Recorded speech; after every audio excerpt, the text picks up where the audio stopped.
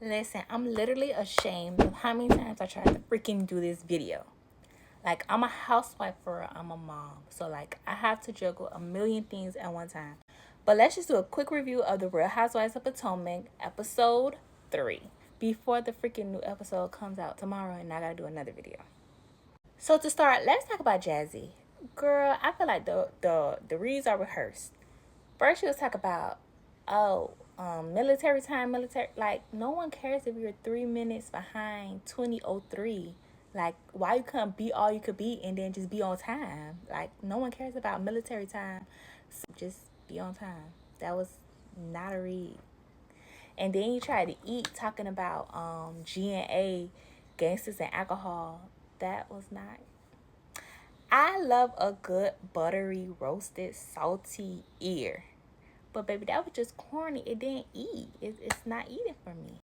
But when it comes to them being on time and Mia's exclusive interview with Carlos King, Mia said that they was on time, but it takes a lot for production to get out the car and re-mic and all this and all that, cameras to make sure everything's right.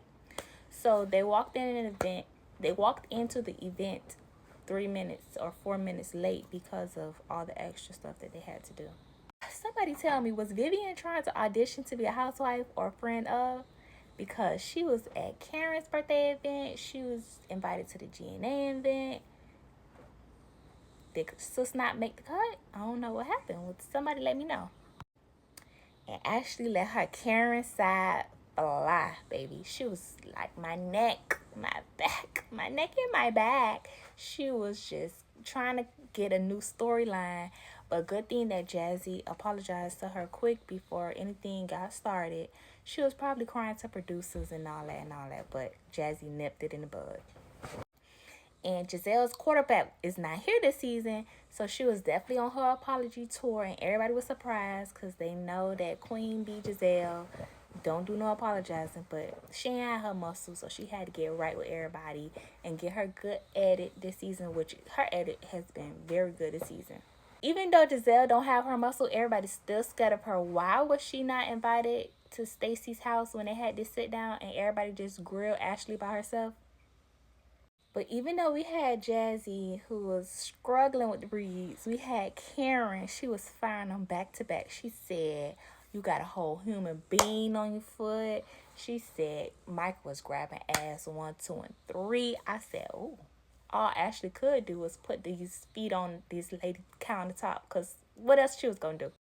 We also had the scene with Wendy, and she was explaining about why Happy Eddie mama and her mama don't get along, which still don't make sense to me, because how y'all the best of friends and then y'all just grow apart, but there's tension, and now Happy Eddie mama not invited to the wedding. I don't think Happy Eddie mama met Wendy's youngest daughter, Cameron, but I think she met the twins, but that's like big. That's not like, oh, we grew apart, we agree to disagree. No, that's like some major something went down. So like Wendy is skipping something out of that explanation. But I love how Meek and I love how Meek and Meek. That's their couple name, Meek. Maybe.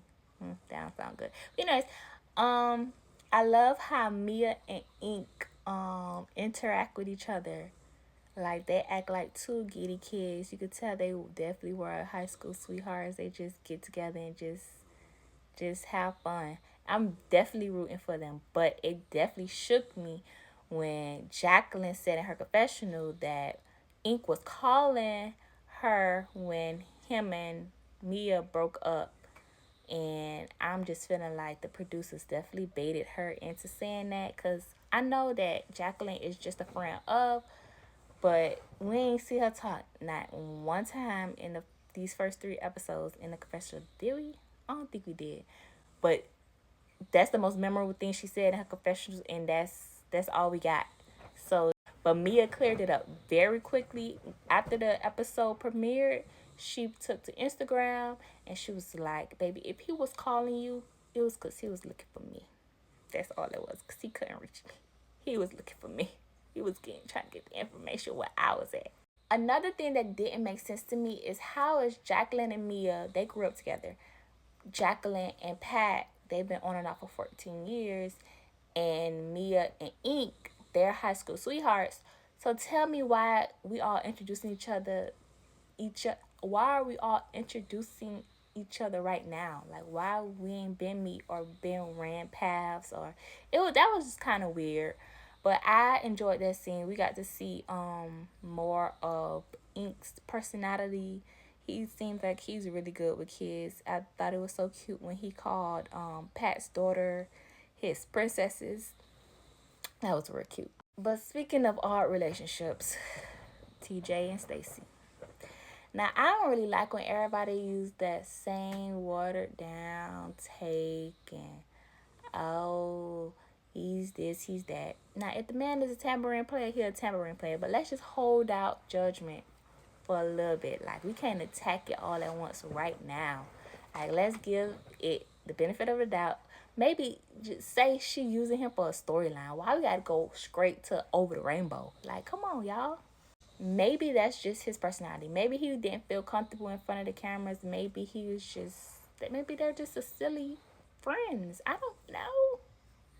But okay, that was my quick review that became way too long. Another thing I wanted to add, Ashley was being a Karen and throwing rocks out her hands because you kicked that lady out. Then you want to throw a QR code in their face, and then you want to be hurt by the dough.